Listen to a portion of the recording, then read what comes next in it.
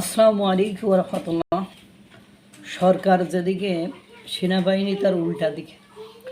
অর্থাৎ আপনারা জানেন, লন্ডনে বিএনপির ভারপ্রাপ্ত চেয়ারম্যান তারেক রহমানের সাথে ডক্টর ইউনূসের বৈঠক হওয়ার পরে একটা যৌথ বিবৃতি দিয়েছিল। সেখানে বলেছিল সব কিছু ঠিকঠাক হলে, গোছাতে পারলে ফেব্রুয়ারিতে নির্বাচন অনুষ্ঠিত হবে।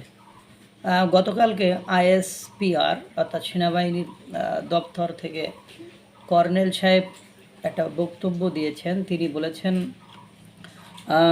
নির্বাচন সংক্রান্ত আনুষ্ঠানিক কোনো বিবৃতি বা অফিসিয়াল কোনো নির্দেশনা সেনাবাহিনী এখনও পায়নি যে নির্বাচন অমুক মাসে হবে।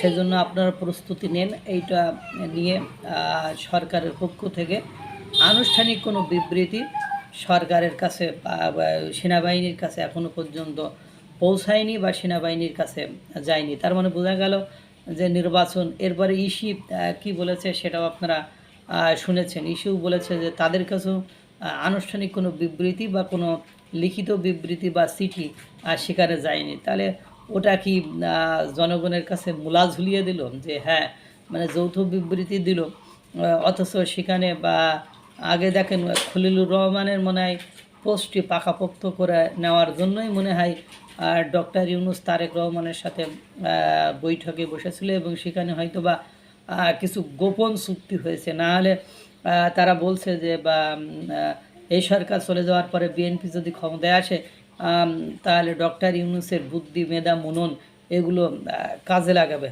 এই অবস্থায় তারপরে আবার সেনাবাহিনী আর একটা জিনিস বলছে যে তারা মব ভায়োলেন্সকে একেবারে জিরো টলারেন্স করে দিবে।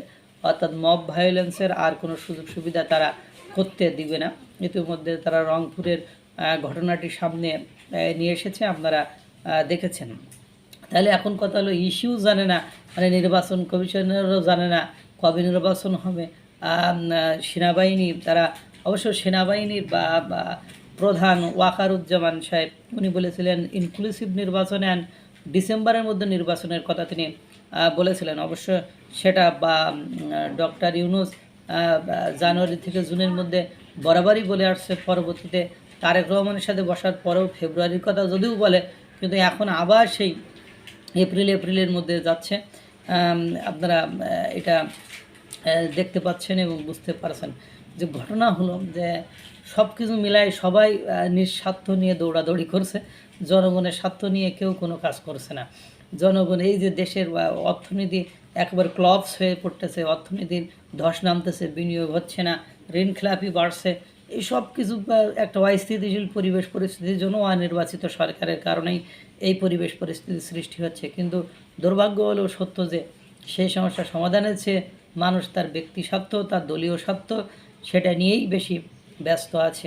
আল্লাহ তাআলা সকলকে ভালো রাখুক, সুস্থ রাখুক এবং আমাদের এই আসন্ন বিপদ থেকে রক্ষা করুক। এগুলো বিপদেরই সাইন, এগুলো বিপদেরই সংকেত।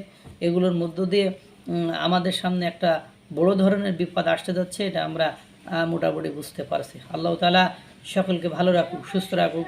আসসালামু আলাইকুম ওয়া রাহমাতুল্লাহ।